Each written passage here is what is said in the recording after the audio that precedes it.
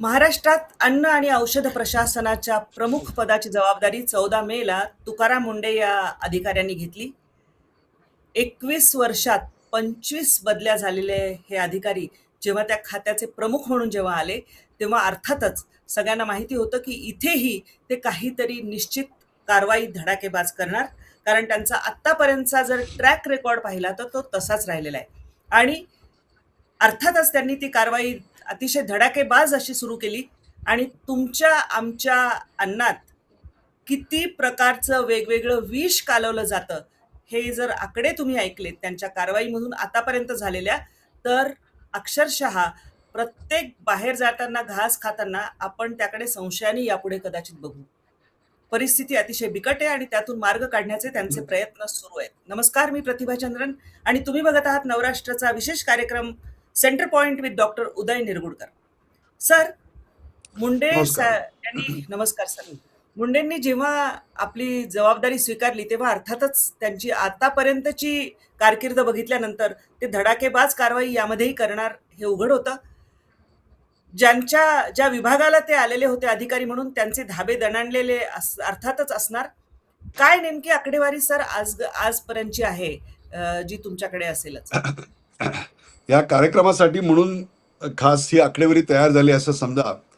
15 मे इथपासून कारवाईला सुरुवात झाली. ते साधारणतः 13 जुलैच्या किंवा 14 जुलैच्या सकाळपर्यंतचा डेटा आणि आज आपण 15 जुलैच्या संध्याकाळी हा कार्यक्रम रेकॉर्ड करतोय.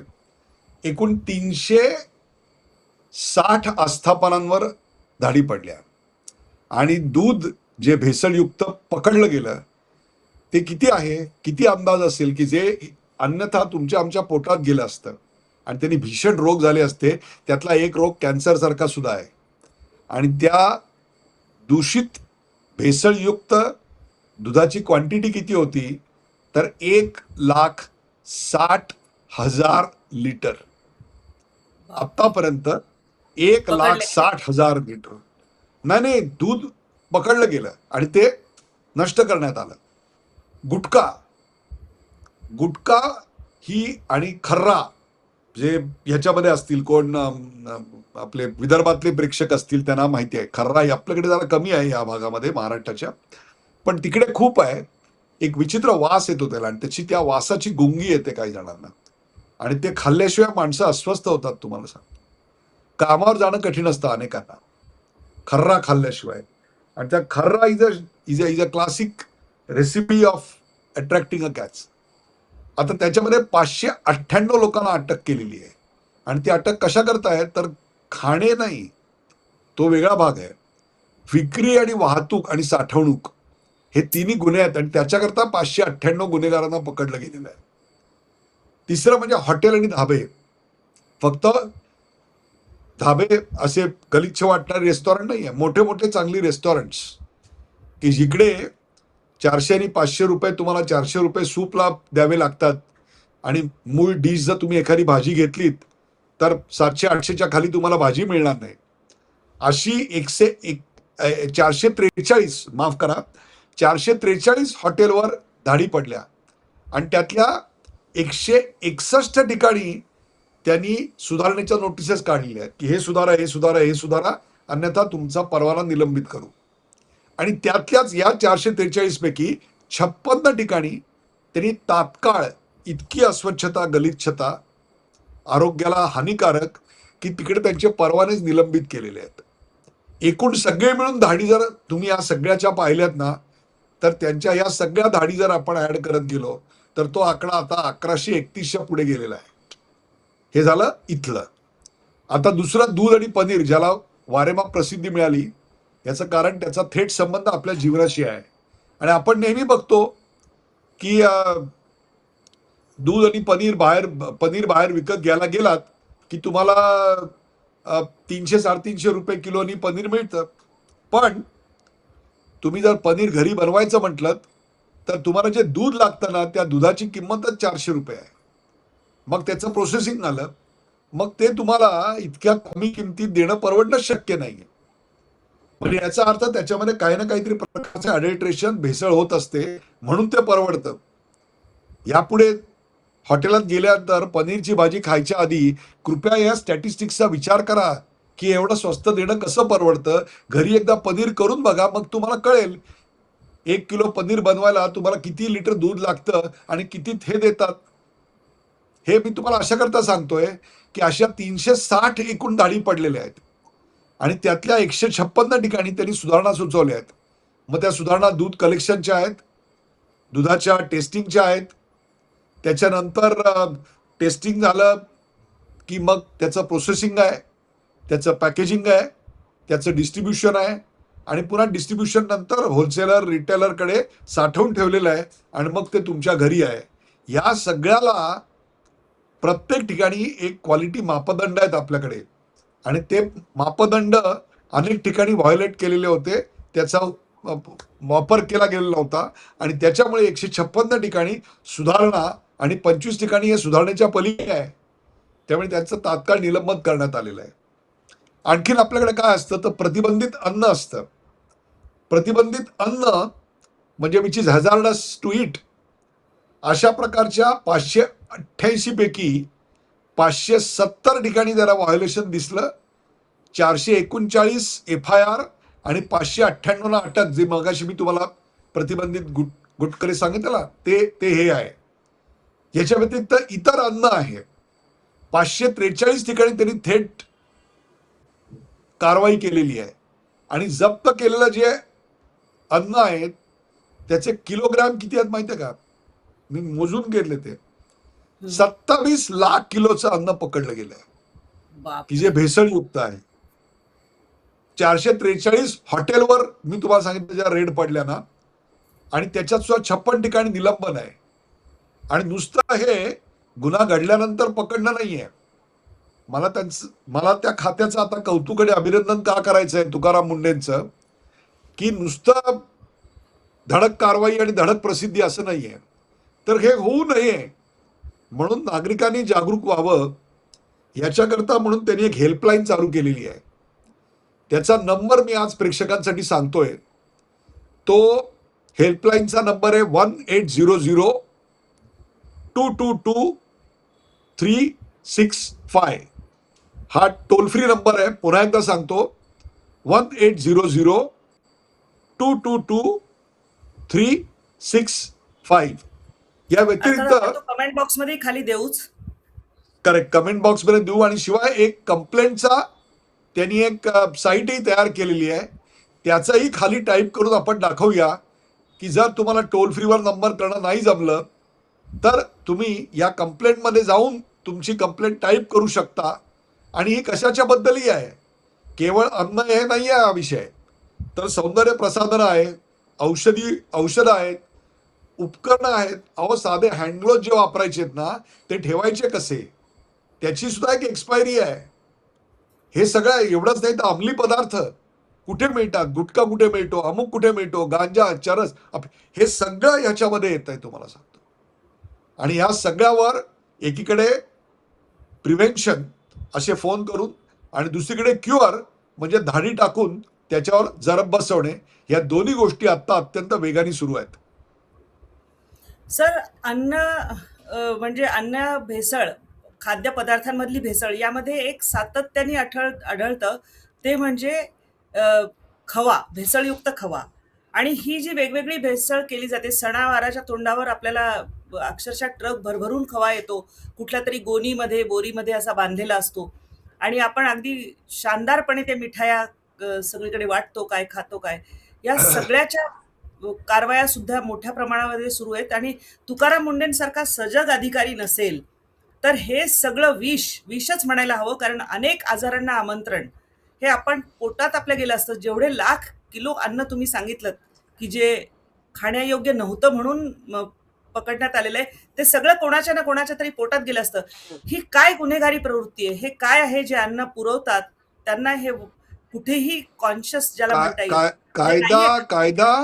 कायदा आपल्याला पकडणार नाही याची खात्री. कायदा माझ्या खिशात आहे. पकडलं तरी आमचे जे आका आहेत ते आका फोन करून आम्हाला सोडवतील याच्याबद्दलची खात्री आहे. आपण जे करतोय तो गुन्हा आहे हेच माहिती नाही आहे, तीही गोष्ट आहे. आणि या सगळ्यामुळे अशा प्रकारचं डिपार्टमेंट असतं हेच अनेकांना गावी नाही आहे. त्यामुळे कारवाईला गेल्यानंतर कारवाई करणारे तुम्ही कोण असाही प्रश्न विचारणारे हॉटेल आणि इतर महाभाग आहेत. बरं, ह्या सगळ्या गोष्टी स्पेसिफाईड आहेत हॉटेल चालू केल्यानंतर. 1.5 कोटीपर्यंतचा टर्नओव्हर असेल तर तुम्हाला रजिस्ट्रेशन आहे, 1.5 कोटीच्या नंतर तुम्हाला परवाना आहे. हे सगळं स्पेसिफाईड आहे. अन्न कसं ठेवायचं, एवढंच काय, तुमच्याकडे एखादं अन्न खराब झालं हॉटेलमध्ये, समजा काही पुलाव केलाय आणि 400 किलो पुलाव जरा फेकून द्यायचा आहे काही कारणाने, तर त्याची विल्हेवाट कशी लावायची याच्या गाईडलाईन्स आहेत आपल्याकडे. मला वाटलं म्हणून मी कचऱ्यात टाकून दिलं असं करता येत नाही. त्याच्यावर कारवाई होऊ शकते, कारण त्या उघड्यावर टाकलेल्या अन्नामुळं रोगराई पसरू शकते. इतका बारीक सारीक विचार सरकारने हा कायदा करताना केलेला आहे. त्या कायद्याची अंमलबजावणी आजपर्यंत होत नव्हती. ती तुकाराम मुंडे अतिशय सचोटीनं, प्रामाणिकपणा आणि निष्ठेनं आणि त्याहीपेक्षा कर्तव्य कठोरपणे कोणाचाही मुलायजा न बाळगता, आणि याचा कोणाचाही मुलायजा हे मला फार योग्य वाटतं. याचं कारण, कारवाई नेहमी छोट्या छोट्या रेस्टॉरंट्सवर आणि ढाब्यांवर होते, फूड जॉईंट्सवर होते, आणि बडे बडे मासे मात्र सुखनैव बर्बादी करून मोकळे होतात. त्यांनी या दोघांवर कारवाई केलेली आहे. इथे काही नावं घ्यायची या शोवर काही कारण नाही आहे, पण तुमच्या पुण्यामध्ये सुद्धा काही मोठे हॉटेल्स होती. त्या हॉटेलमध्ये हे अत्यंत घातक रंग आहेत, ते रंग मिसळले जात होते अन्नामध्ये. त्यांनी त्याच्यावर कारवाई केलेली आहे.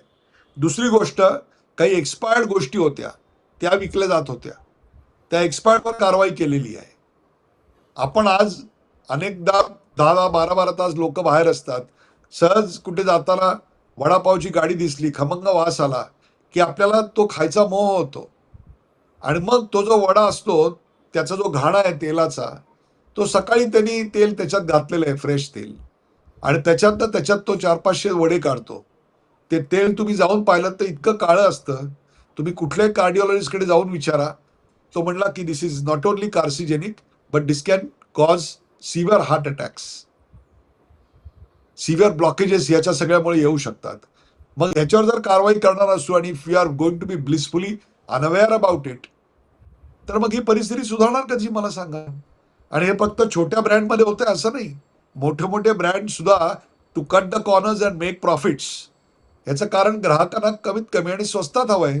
लक्षात ठेवा, हॉटेलात जाऊन तुम्हाला एखादी गोष्ट स्वस्त मिळते ना, तेव्हा समजून घ्यायचं ती भेसळयुक्त आहे. पनीर जर तुम्हाला इतक्या स्वस्तात कोणी देऊ शकत असेल ना, 250-300 रुपयात, तर घरी एकदा करून बघा, मग तुम्हाला कळेल मी काय म्हणतोय ते. त्यामुळे बाहेर खाणं जर तुम्हाला मस्ट असेल तर त्याची गुणवत्ता किमान बघता येईल एवढं तरी बघा. हॉटेलमध्ये गेल्यानंतर त्याची जी डायनिंग रूम आहे ती फार चकाचक असते, आपण एकदम खुश होऊन जातो. मंद संगीत, मंद लाईट, आकर्षक रंगसंगती, बसायला उबदार कोच असतात, लगेच येऊन सर्व करणारे वेटर असतात. पण आत काय बनवतात, कसं बनवतात, कशा पद्धतीनं स्टोअर केलेलं असतं, तिकडे जीवजंतू नाहीत ना, तिकडे पाली आणि घूस आणि उंदीर नाही ना, हे सगळं कोण बघणार. आणि हे फक्त मी हॉटेल आणि धाब्यांचं म्हणतो असं नाही. आज अनेक शाळांमध्ये शाळांची कॅन्टीन आहेत, ती कॅन्टीन कशी चालवायची याची नियमावली आहे, तुम्हाला सांगतो. ती नियमावली खरोखरच पाळली जाते का, ह्याच्याबद्दल कोणी आग्रही असतं का. आई वडील दोघंही नोकरी करतात, त्यामुळे आई वडीलच दुर्दैवाने मुलांना 50 रुपये आणि 100 रुपयाची नोट हातावर ठेवतात आणि सांगतात आज कॅन्टीनमध्ये खा, आणि मुलं काय घेणार त्याच्यामध्ये, वडापाव आणि मग एखादी शीतपेयाची बाटली, की जे दोन्ही त्यांच्या देहासाठी अत्यंत घातक आहे. आणि मग एकदा खाऊन काय होत आहे, मग ते एकदा कधीच नसतं, त्याची चटक लागत जाते, आणि मग या खात्याचं काम वाढतं. ही आत्ताची तुम्हाला वस्तुस्थिती आहे. आपल्याकडे एवढ्या गाईच नाही आहेत, एवढ्या म्हशीच नाही आहेत. एक एक म्हैस काय 30-30 आणि 40-40 लिटर दूध देते का हो. एवढं मिल्क येतं कुठून या देशामध्ये. ते सिंथेटिक मिल्क आहे, आणि ते बनवण्याकरता डिटर्जंट, युरिया आणि शॅम्पू वापरला जातो. त्याच्यात इन्ग्रेडियंट्स केमिकल असतात. आणि मग काय करायचं, केमिकल युक्त दूध 10 लिटर आणि चांगलं गाईचं दूध 10 लिटर, हे दोन्ही एकत्र करायचं आणि जाऊन ते घालायचं, आणि ते 1000 लिटरच्या टाकीमध्ये पडलं की कोणाचं कोणाला कळतंय, आपला प्रॉफिट देऊन मोकळं राहतो. याच्याकरता मला अभिनंदन करायचं आहे तुकाराम मुंडे यांचं, की त्यांनी दुधाचा विषय ऐरणीवर आणला आणि सिंक्रोनाइज पद्धतीनं, सिंक्रोनाइज्ड एका वेळी 25 ठिकाणी रेड त्यांनी टाकलेले आहेत. एकेका ब्रँडच्या 25 ठिकाणी रेड टाकले आणि हे सगळं लक्षात आलेलं आहे. आणि no small no big, if you are violating the law, none is about the law, हे आता समोर आले आणि त्याला मी फार महत्व देतो. अगदी बरोबर आहे सर. काही महत्त्वाच्या गोष्टी तुम्ही जरी उल्लेख आपल्याला कुठल्याही कंपनीचा विशिष्ट करायचा नसला तरी तुमच्या आमच्या नाशिकची संत्रा बर्फी आपण अतिशय प्रेमाने खातो. तिथे धाड पडलेली, तिथे उंदीर मेलेला सापडलेला होता. आपण मुंबईतलं एक अतिशय सुप्रसिद्ध असं आईस्क्रीम चवीने खातो. तिथे अनेक गोष्टींचं व्हायोलेशन झालेलं आपण बघितलेलं आहे. पुण्यातली नामवंत हॉटेल्स आहेत, छत्रपती संभाजीनगरमधली मोठमोठी हॉटेल्स आहेत, या सगळ्यांवर कारवाई झाली. म्हणजे पनीर खाताना, दूध खाताना आणखी एक महत्त्वाचा मुद्दा हा येतो की दूध भुकटी सुद्धा आपण एक्सपोर्ट सुद्धा करतो. म्हणजे आपल्या देशात पुरेसं दूध जिथे आपल्याकडे नाही तिथे इतकं पनीर येतं कुठून? कुठेही जा आजकाल हॉटेलमध्ये पनीरच्या 10 डिशेस तुम्हाला त्या मेनू कार्डमध्ये मिळतील. आणि ह्या बनतात कशा, हे शक्य कसं होतं, याचा विचार तुम्ही आम्ही सगळ्यांनी करायला हवा. सर, तुकाराम मुंडेंचा आतापर्यंतचं जर आपण एकंदर ट्रॅक रेकॉर्ड पाहिलं तर ते ज्या ज्या खात्यामध्ये गेले ते त्या त्या खात्याच्या मंत्र्यांना म्हणा, नेत्यांना म्हणा, जड झालेले आहेत, लोकप्रतिनिधींना जड झालेले आहेत. म्हणजे पुण्यामध्ये ते जेव्हा MSRTCच्या म्हणजे बसच्या ह्याच्यात होते, सार्वजनिक वाहतूक व्यवस्थेच्या प्रमुखपदी होते, तेव्हा त्यांनी एक नियम आणला होता की कुठलीही बस जर बंद पडली, खाजगी बसेस घेतलेल्या होत्या आणि ती जर तासाभरामध्ये तिथून हलवली नाही बंद पडलेली बस, तर त्याच्यावर कारवाई सुरू केली होती. म्हणजे ज्या खात्यात हा माणूस गेला तिथे त्यांनी स्वच्छता सुरू केली वेगवेगळ्या तऱ्हेची. आता ज्या विषयाला ते हात घालताय तिथे बडी बडी धेंड आहेत सर, खूप. म्हणजे गुटख्याचा विषय असू द्या, औषधांचा विषय असू द्या किंवा अन्नपदार्थांचा विषय असू द्या, या सगळ्यामध्ये या अधिकाऱ्याच्या म्हणजे ज्या पद्धतीने कारवाई सुरू आहे त्यांना कितपत पाठबळ मिळत राहणार आहे? एक लक्षात ठेवा, जेव्हा तुम्ही क्रुसेडर म्हणून काम करताना तेव्हा तुम्हाला पाठबळ आहे की नाही याचा विचार नसतो करायचा. तुमची कमिटमेंट जनतेशी आहे, तुमची कमिटमेंट कायद्याच्या अंमलबजावणीशी आहे, तुमची कमिटमेंट लोकांच्या आरोग्याशी आहे आणि शासनाच्या अस्तित्वाची दखल लोकांना वाटली पाहिजे अशाशी आहे. त्यांनी आतापर्यंत ज्या कारवाया केल्या त्यातली एक गोरज भांडार जर सोडली तर बाकी कुठल्या कारवाईबद्दल कोर्टात काय आलं का? आणि गोरज भांडारचं सुद्धा मी स्पेसिफिकली क्लिअर करतो, हायकोर्टाने तो डिसिजन रिव्हर्स नाही केलेला अजून. वेट फॉर इट, निकाल लागू दे, मग तुमच्या लक्षात येईल. लक्षात घ्या, हे सगळं कोणासाठी आहे? या सगळ्या हॉटेलात जाऊन काय त्यांच्या डिपार्टमेंटचा स्टाफ जेवणार आहे का? हा, हे सगळं तुमच्या आमच्या आरोग्यासाठीच आहे ना. आज अनेक ठिकाणी मी पाहतोय दूध रस्त्यावर फेकून दिलं जात आहे का? तर पकडलं जाईल आणि आपण जेलमध्ये जाऊ अशी भीती वाटते आहे. आणि हेच मला फार महत्वाचं आहे की शासन आहे आणि शासन तुमच्यावर लक्ष ठेवून आहे, ही लोकांना भीती वाटली पाहिजे. आणि मी जर योग्य करत असेल तर मला कोणालाही घाबरायची गरज नाही, शासन माझ्या बरोबर आहे, हा देखील भाव याच्यामध्ये आहे. आज गुजरातमध्ये आणि इतर ठिकाणी जाऊन अनेक दूध विक्रेते जे आहेत ते गाई विकत घेत आहेत. आज गाई म्हशींच्या किमती वाढून गेल्या आहेत का? तर आतापर्यंत भेसळयुक्त बनवत होते, आता भेसळयुक्त बनवता येत नाही, त्यामुळे दुधाचा सप्लाय एकदम कमी. मग तो जर सुधारायचा असेल तर खरोखरच गाई आणून ठेवाव्या लागतील, त्याच्याकरता काही दुसरा उपाय राहिलेला नाही आहे. एवढंच काय, आपल्या पुण्यामध्ये, मुंबईमध्ये पण आहे पण पुण्यात जास्त आहे मला वाटतं, क्लाउड किचन्स आहेत. म्हणजे एका ठिकाणी अन्न बनवलं जातं आणि ते अन्न अनेक ठिकाणी सप्लाय केलं जातं. ते क्लाउड किचन कसं चाललं पाहिजे, आपण अनेक कंपन्यांमधनं ऑनलाईन अन्न मागवतो, ते अन्न कशा परिस्थितीत आलं पाहिजे, कसं पॅक केलं गेलं पाहिजे, त्याची स्वच्छता काय असली पाहिजे, त्याचं पॅकिंग कसं असलं पाहिजे, त्याकरता कोणत्या प्रकारचा वेस्टर्न वापरलं गेलं पाहिजे, हे सगळं आपल्याकडे आहे. पण त्याचा आपल्याकडे कुठलाही वापर होत नाही. आणि दुर्दैव आहे, हो दुर्दैव आहे, तुम्हाला सांगतो. कपड्यांच्या दुकानात गेलात ना तर महिला तासन तास ही साडी घेऊ का ती साडी घेऊ, हे घेऊ का ते ड्रेस घेऊ, याच्याकरता 2 तास घालवतात. पण ज्या हॉटेलमध्ये आपण जेवायला गेलोय त्याच्यात कुठले पदार्थ टाकलेत बाबा, कसे टाकलेत, याला हा रंग कसा आला, त्यांच्या भाजीला एक विशिष्ट हिरवा रंग येतो किंवा लाल रंग येतो. तुम्ही सूप मागवा, पालक सूप, त्यांच्याकडचा हिरवा रंग घरी येत नाही. का नाही येत? कारण तुम्ही त्यात रंग टाकत नाही, ते रंग टाकतात. मग तो रंग हार्मफुल आहे की नाही 100% हार्मफुल आहे. तीच गोष्ट मेडिसिनची आहे.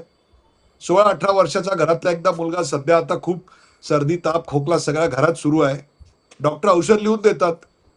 ते आणायला आपण दवाखान्यात गेलो, दुकानात गेलो, की आपण ते औषध विकत घेतो, टॅबलेट विकत घेतो.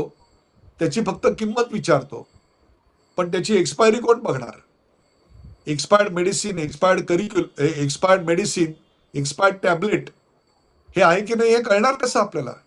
इंजेक्शनची जे डॉक्टर म्हणतात अमुक एक इंजेक्शन घ्या, त्याची आपण इंजेक्शनची वायल विकत घेतो. अतिशय बारीक अक्षरात त्याच्यावर त्याची एक्सपायरी डेट असते. मग नंतर हँड ग्लोव्ज विकत घेतले जातात. तेही अशीच असतात. एक लक्षात ठेवा, त्यामुळे अशा प्रकारची कारवाई करणारी माणसं ही पॉप्युलर जनतेमध्ये असतात, परंतु ज्यांच्यावर याचा बडगा बसतो ते त्यांच्या ट्रान्सफरसाठी प्रयत्न करतच असतात. त्यामुळे जी विधानसभेत माहिती दिली गेली की 250 कोटीची काय ऑफर दिली गेली वगैरे, यातल्या काय बाजार गप्पा वगैरे असतील त्यात मला काही फार रस नाही, त्याच्यात मला जायचं नाही. मला याच्यात तुम्ही सांगा विध्वंसक काम आहे का विधायक काम आहे एवढं फक्त सांगा. तुकाराम मुंडे जे करतायत ते विध्वंसक आहे का विधायक आहे? आणि ते जर विधायक असेल तर त्याच्या मागे आपल्यासारख्या पत्रकारांनी, जनतेनी आणि शासनाने उभं राहायला हवं की नको, हा माझा प्रश्न आहे.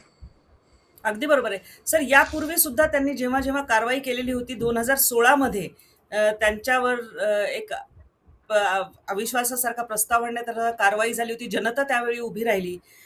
पुण्यामध्ये सुद्धा त्यांच्या पाठीशी जनता उभी राहिलेली होती.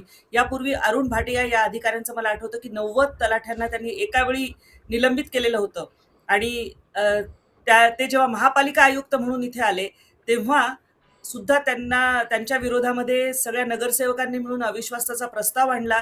त्यांना हटवण्यासाठीचे प्रयत्न झाले, पण जनता त्यावेळी उभी राहिली. पण सरकारने पुन्हा त्यांना आडगळीमध्ये दुसरीकडे पाठवून दिलं होतं. UN एक असाइनमेंट देऊन बाहेर पाठवून दिलं देशात. प्रतिभाजी, आपण इतिहासावर जर चर्चा करायची म्हटली तर आणखीन 2 तास चर्चा करता येईल. कारण त्यांची कारकीर्द मग ती नाशिक असेल, सोलापूर असेल, नागपूर असेल, नवी मुंबई असेल, मी अत्यंत जवळून पाहिलेली आहे. सेल्स टॅक्स राहिलं त्याच्यामध्ये. सेल्स टॅक्स होय. मध्ये ते 2-2.25 वर्ष काहीतरी होते. मानवाधिकार मध्ये होते. त्यावेळेला त्यांच्या आयुष्यात काय घडलं, कसं घडलं, काय घडलं याची चर्चा करण्यापेक्षा आत्ता ते काम कसं करतायत, ते योग्य आहे की अयोग्य आहे याची चर्चा करूया आपण. एखाद्या मंत्र्याला ते हवेत का नकोत हा विषय नाहीये या ठिकाणी. काम चोख करतायत की नाही मला सांगा तुम्ही. कामात काही गडबड आहे का? हे काम करायला नको का? लोकांना कळत नाहीये की आपण कुठे जाऊन खावं, कसं खावं. मग एकीकडे त्यांचं प्रशिक्षण आणि दुसरीकडे जे असं करतायत त्यांना शिक्षा, हे व्हायला नको का मला सांगा. हा? आणि हे जर आता होत नसेल ना, तुम्हाला मी सांगतो, तर पुन्हा रोगराई आपल्याकडे प्रचंड प्रमाणात वाढणार आहे. याचं कारण बाहेरचं खाणं कमी होत नाही आणि गुणवत्तापूर्ण खाणं बाहेर मिळत नाही. मग हे चक्र भेदणार कसं? हे काम कोणाचं आहे? मग ज्या अधिकाऱ्याचं काम आहे त्यांनी पूर्वी नाशिकला असताना असं झालं होतं, नागपूरला असताना असं झालं होतं, संभाजीनगरला असताना असं झालं होतं. राजकारणात ते नको होते. कोणाला चांगले पत्रकार कोणाला हवे असतात? जे पत्रकार सेटलमेंटला तयार होत नाहीत आणि खुलेआमपणे बेडरपणे काम करतात ते हवे असतात का कोणाला? आपल्या क्षेत्रात तरी वेगळा काय अनुभव आहे? पण म्हणून काम थांबवतो का आपण? आपण हे कार्यक्रम करतोच ना आणि लोक बघतातच ना. आज 30-30, 40-40 हजार लोक आपल्याला का बघतात, का कौतुक करतात? एक दिवस कार्यक्रम आपण केला नाही तर आपल्यावर का केला नाही म्हणून लगेच भडीमार कशा करता होतो? याचाच अर्थ समाज जिवंत आहे. समाजाला आदर्श आणि चांगला हवंय ते देणारी माणसं हवी आहेत. म्हणून पुन्हा तुकारामचं आपण कौतुक आणि अभिनंदन केलं पाहिजे. त्यांचे हात बळकट केले पाहिजेत. काही गोष्टी असतील, याचा अर्थ काही फक्त तेच एकटे चांगले काम करतायत महाराष्ट्र शासनात असा दावा ते करत असतील का माहित नाही, पण ते करत नसावेत असा मला अंदाज आहे. अनेक लोक चांगले काम करतायत. श्रीकर परदेशी सारखा खरंच महाराष्ट्राचं भाग्य आहे की त्याला आपण केंद्रातून इकडे आणू शकलो. One of the finest officer आहेत. अश्विनी भिडे आहेत. तुम्हाला किती अधिकाऱ्यांची मी अशी नावं सांगू? डझनभर यादी माझ्याकडे आहे. तुम्हाला सांगतो की ते उत्तम. विकास खरगे आहेत, उत्तम काम करतायत. त्यांची जी प्रशासनावरची सगळ्यांची पकड आहे. म्हैसकर आहेत आमचे सोलापूरचे, उत्तम काम करतायत. किती नावं आता खरंच तुम्हाला सांगत बसलो ना, अगदी पूर्वीच्या काळापासून यशवंत भावे काय किंवा त्यांचे वडील होते पूर्वी, यांच्यापासून मी तुम्हाला कितीतरी नावं सांगू शकतो की ज्यांनी उत्तम कामं केलेली आहेत. काही वेळेला काही माणसांच्या स्वभावातील काही गोष्टींमुळे ते जास्त अनपॉप्युलर बनतात. ही वस्तुस्थिती आहे. पण याचा अर्थ त्यांची उपयुक्तता नाही असं कसं म्हणणार? त्यांच्या कामात काही खोट आहे का मला सांगा? त्यांचं वागणं पटत नाही, त्यांच्या कारवाया पटत नाही, याला काय अर्थ आहे? कारवाई गैर होती का? नाही. कारवाई अयोग्य होती का? नाही. मग तो माणूस अयोग्य कसा काय होऊ शकतो? तर काही गोष्टी असतात. मला असं वाटतं की प्रत्येक व्यक्तीमध्ये it's a human being, nobody is God. Correct?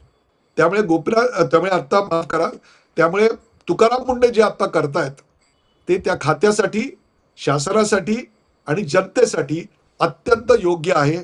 त्यामुळे त्याचं समर्थन आणि त्याला पाठिंबा दिलाच पाहिजे. सर, आपण खाद्यपदार्थ, दुग्धजन्य पदार्थ यांची चर्चा करतो आहोत.